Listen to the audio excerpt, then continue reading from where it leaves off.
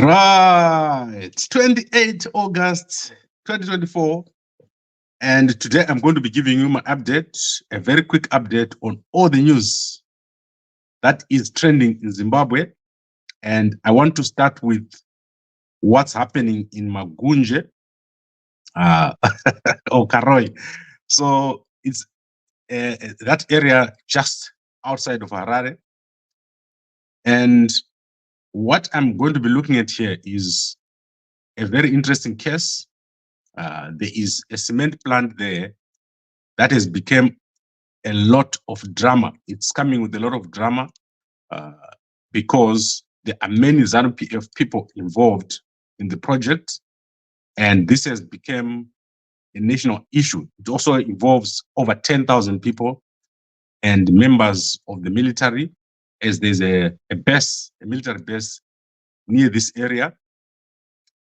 So the man that you're looking at here is called Thomas Chidzomba. That man there is a ZANU-PF candidate for Chinoi in the past election. He lost to the CCC candidate for this area of Chinoi. After he lost, he took a borehole that he drilled. He took it away and he removed it from the community and went away angrily, just the way that Scott Sakukwanya did. Scott Sakukwanya almost dug up the road that he put in Mavuku. So this guy is in a partnership with some Chinese who are developing a $1 billion cement plant in Karoi. And this plant has become very controversial. It now involves a lot of people, including the Zimbabwe military, who have a base in the area, 2-3 Infantry Battalion. And the chiefs, about 4 chiefs, are opposed to this project. The community is opposed to the project. ZINWA is opposed to the project. And there are now reports that the developer of this project has gone to ZAC to report all the people that are opposed to the project. They say that these people are opposed to the project because they want to extort them of money. And it's nothing to do with the environment. The reason why the community doesn't want this project is because it is next to Kemureza Dam. Kemureza Dam is the only water supply for 10,000 people in the area, including the military base, including the Magunje Hospital. Everyone is relying on this dam. But because of the connection, the ZANU-PF connection, the Chinese guys were allowed to build here. They were allowed to put their project here. So this is the group of Chinese guys who are putting up a plant, a cement plant near the barracks, the 2-3 Infantry Battalion. And this is heavily opposed. And a colonel has been deployed to fight as part of the group of people who are fighting against this project, which is there. And so now we have the community, we have the chiefs, and with the army.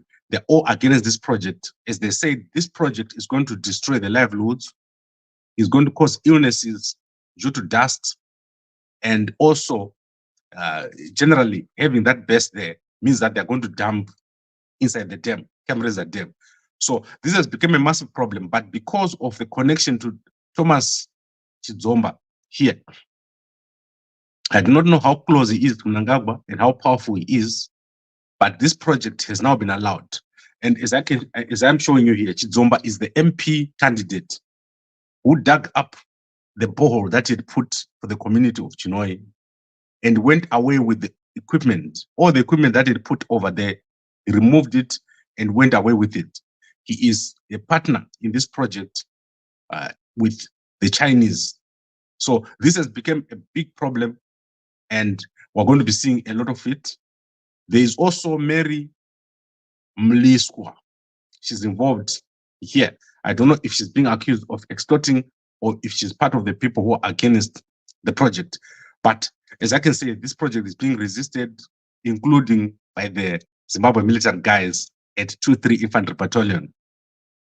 over there in Magunje. So it's Magunje, Karoi, somewhere around there. It's one big area. It affects about 10,000 people. The only water source for a lot of people in that area.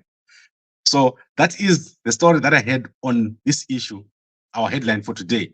A massive fight developing between a Chinese firm that is developing a $1 billion cement plant at Kemureza Dam. I do not know how they were allowed to do this, to put a cement plant there. And it's clear that they're going to dump in the water and people are going to fall sick.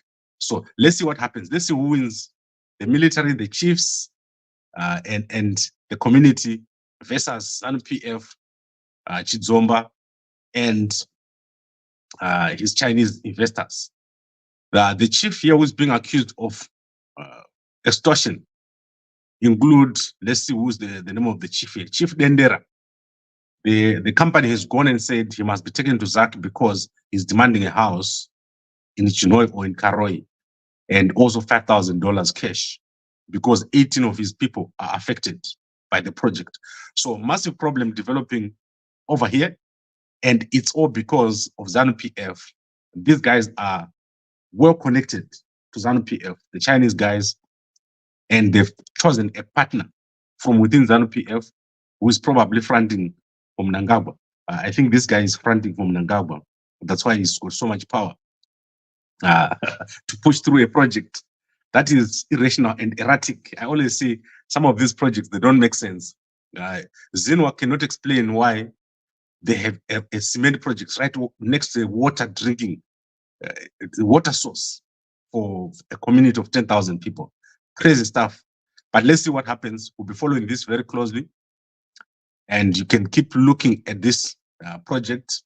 It's going to be in the news for a very, very long time. Now, let me go to some quick news.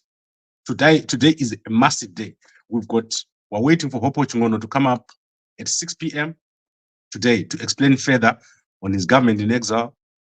We're also waiting for him to give more detail about his accusations on Nelson Chamisa. He's been going on against Nelson Chamisa again this week, accusing Chamisa of being a boogeyman and only appearing during elections. So let's see if he can explain how Chamisa is a boogeyman. And we see that the relationship between Fadzai Mahere and Hopo Chungono is starting to deteriorate as Mahere is choosing the side of Nelson Chamisa, and she's not going to go with Hopo Chungono. I think this is because she's a resident in Zimbabwe. And even if she just mentioned the words government in exile, they will throw her away in jail for so long that by the time she comes out, some of us will be in our 70s. So I think she's being smart. She doesn't want to be thrown in jail. But it's clear that something has to be done in our country. Please embrace anyone who brings a solution. There is a need for change. And currently, the guys who are supposed to bring change are not bringing that change. So, Hopo Chungono tonight at Boss Salani, they're going to be talking. I'm budgeting 3 hours for this thing, where Hopo Chungono will be explaining everything. I've also approached Hopo Chungono and I've approached Igbo so that we can have a chat and understand what they're working on. It is something that I'm interested in because of the 50-year strategy that we're developing. I think there's a scope for working together and coming up with a better idea. I think and I believe that there are certain commonalities between what everyone is trying to do, which is to move away from this stalemate where everything is stopped to a point where things are working. And at the moment, nothing is working. The guys who are supposed to be in opposition are really not doing what they're supposed to be doing. And I agree with Hopo that we need to move. We need to start moving, show movement before the next election. If the constitution is amended, that will be the death of our country. You will never see Zimbabwe again. And immediately you will see some fighting starting. This is the reason why fights start. When people start to amend the constitution, when someone else is supposed to come in. So let's see what happens tonight. Very interesting. 6 p.m. we'll be here. And I'll try to stream. Bosalani is playing hard to get. She doesn't want me to just stream that thing, but I'll try to convince her. Then let's go to Satanism, right? This is crazy. So the Duke and Slay party is being accused of being a satanic event. 13,000 women attended the Duke and Slay party in Harare, Alex Sports Club. And there have been accusations that because these girls were wearing white, all white, and they were, so you can see the way wearing all white, there was a particular dress code. There are people who have gone on social media and said that these guys are satanic and the whole thing is the work of evil and the devil and his fallen angels.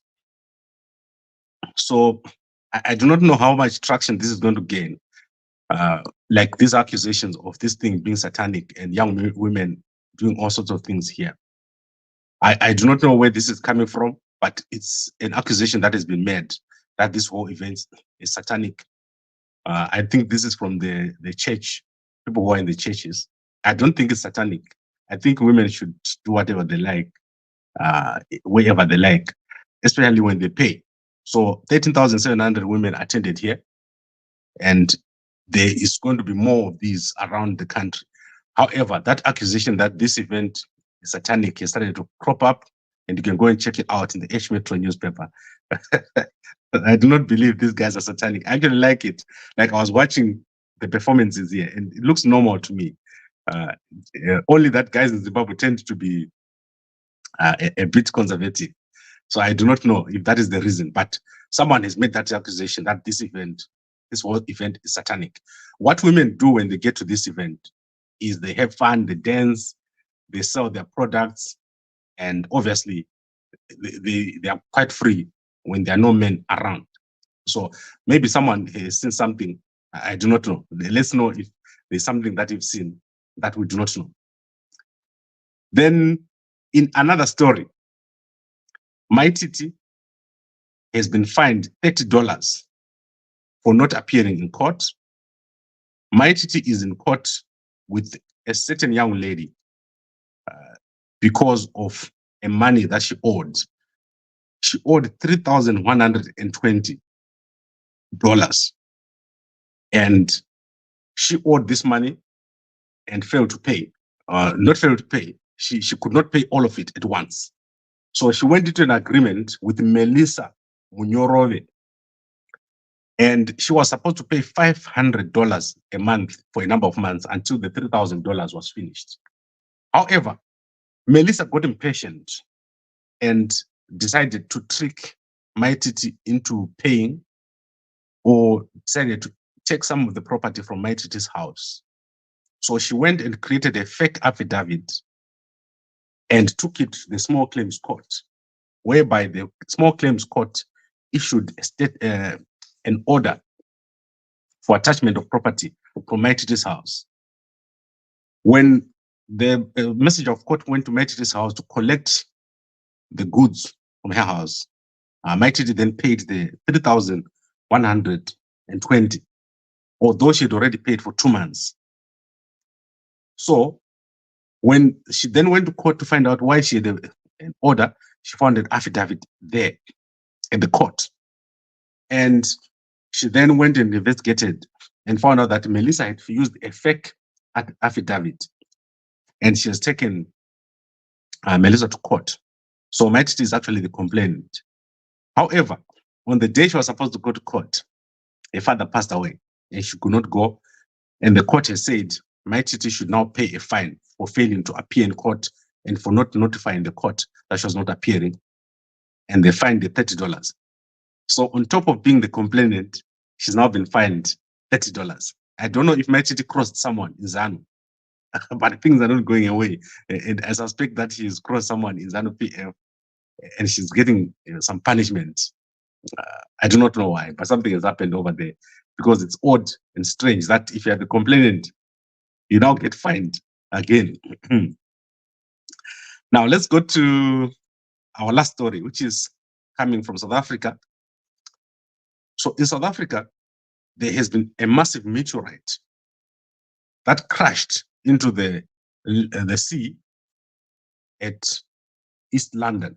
And this happened last week. And the department responsible has given a license to a professor at Rhodes University to recover this meteorite or the debris. This thing fell in front of people's eyes, and it's the size of a car. So you can see, I don't think these are real pictures. I think this is a graphic representation of what happened.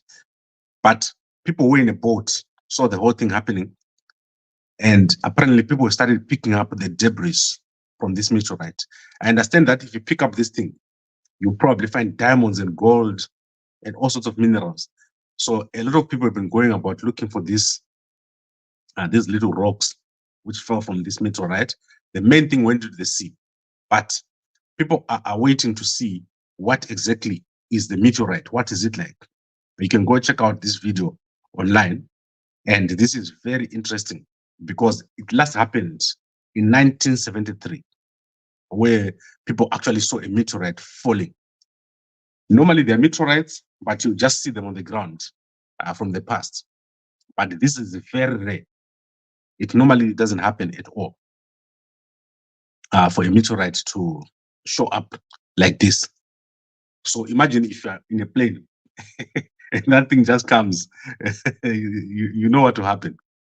So these are some of the things that happen, and you say a plane is missing, whatever. I think this is a once in a lifetime kind of event that happens, and you don't know why it happens. So I want to quickly look at the Chronicle newspaper and see if they've published. Let's see what the Chronicle newspaper is published. I'm very impressed, as I said yesterday, by President Nyusi. If I had money, I was going to invest in Mozambique. After his presentation, he has presented a very well prepared speech. So you can go and check out President Filipe Nyusi's speech from yesterday. Very well done, and very humble person, very humble president who's going to be leaving. He's going to be leaving in a month or so's time. A new president is coming in.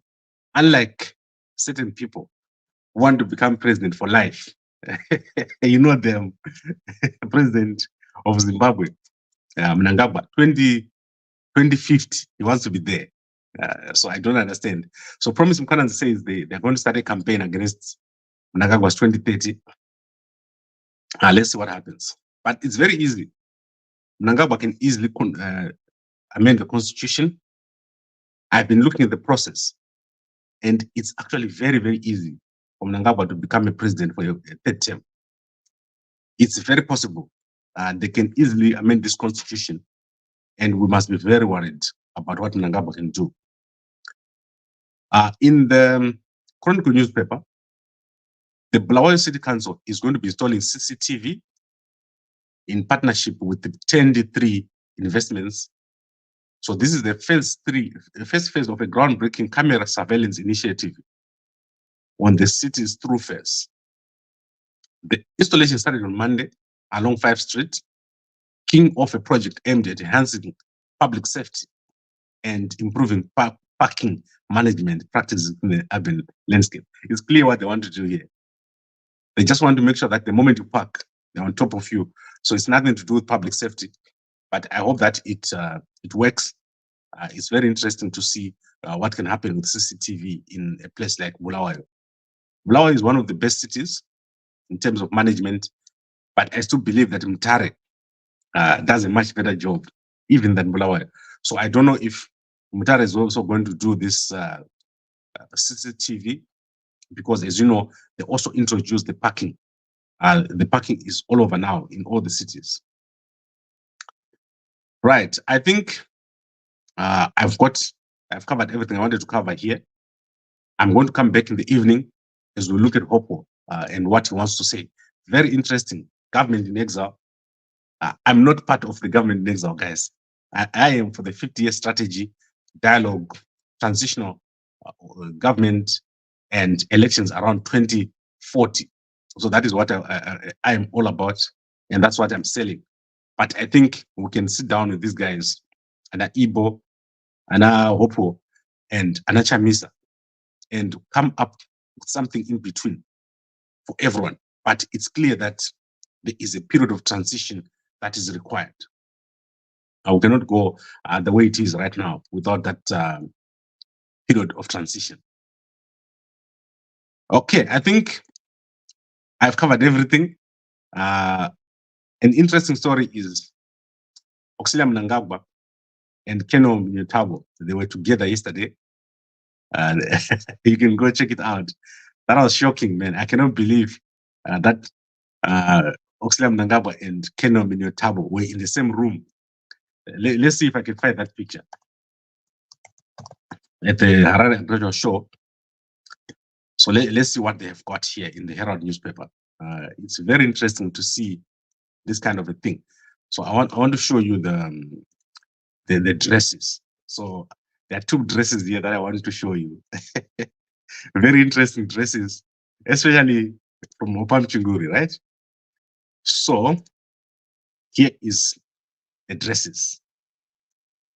So Keno Mnyotabo and I want to make this bigger, but it's not getting bigger. So this is Keno Mnyotabo there and Opam Chinguri wearing virtually the same clothes, right? Except that Opa has got the buttons and she doesn't have the buttons. And then you see down here in the newspaper, right? You see Auxilia here. She's wearing a hat and Keno Mnyotabo is probably wearing a wig. I'm not sure. Or his hair, I do not know. But this is interesting. The first time that I saw Keno Mnyotabo working with Opam Chinguri together. If I was Keno Mnyotabo, I'll stay away from food, yeah. Auxilia, I won't eat it. But anyway, there are these women who are busy exhibiting their goods here. There was cancer screening at the agricultural show, and I think this is a good initiative. Cancer is a massive problem in Zimbabwe. Zimbabwe now has the largest number of cancer affected people in the whole world.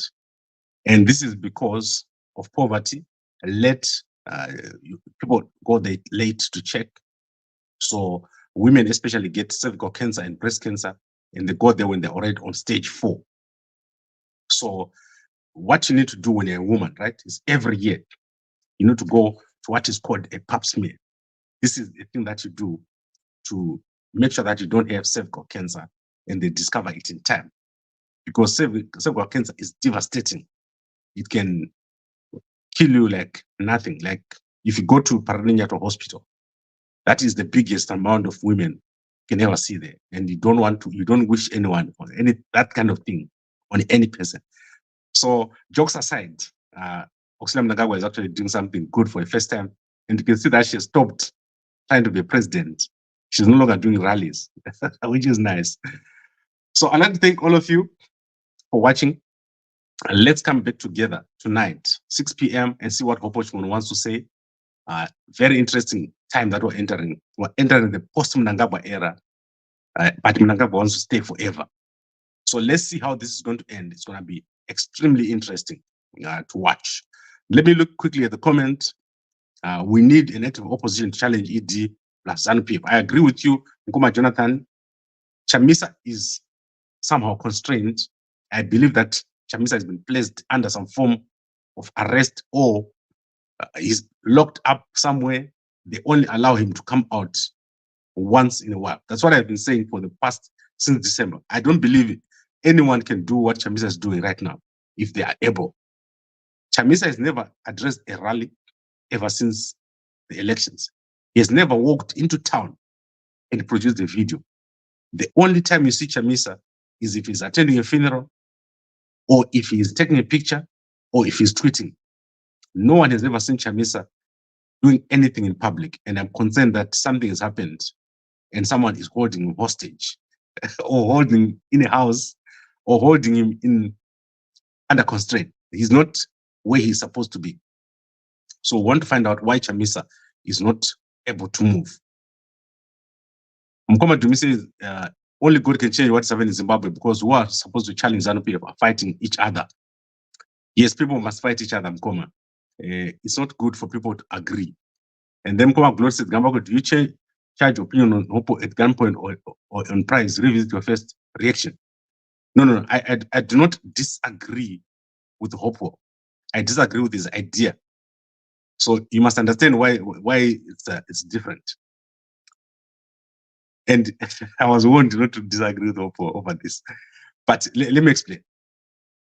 There's a difference between what I'm proposing and what Hopo is proposing. The difference is here. Hopo is proposing a government in exile where we set up a new structure outside the country. And we have a government that goes to other places, mobilizes, and becomes the government that is responsible and recognized outside the country.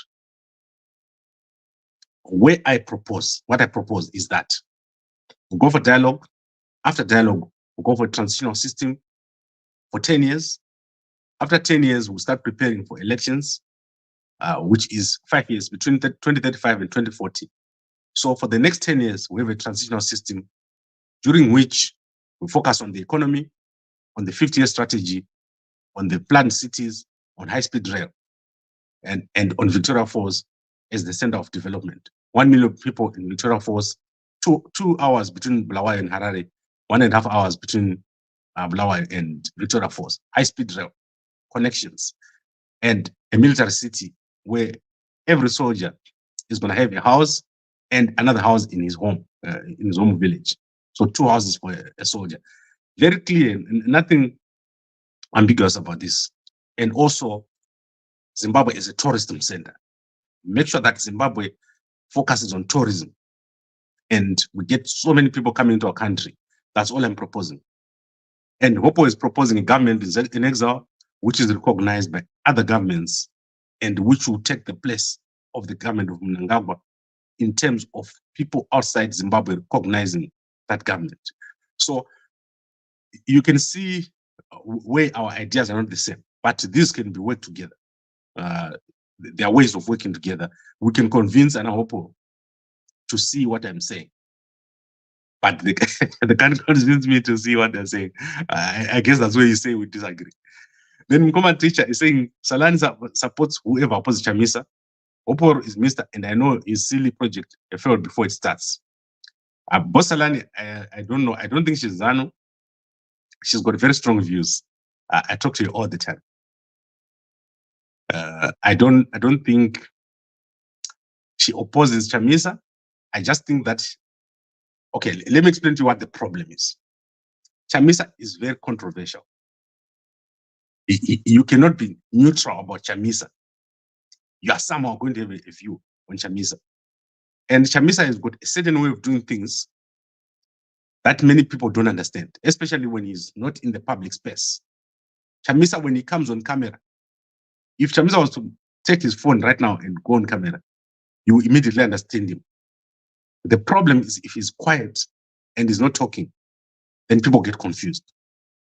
For example, the issues that people are raising to do with why Chamisa is not saying anything about the guys who are locked up. Chamisa has already said something, but it could be better if he was to come on video and say, release the people that are arrested.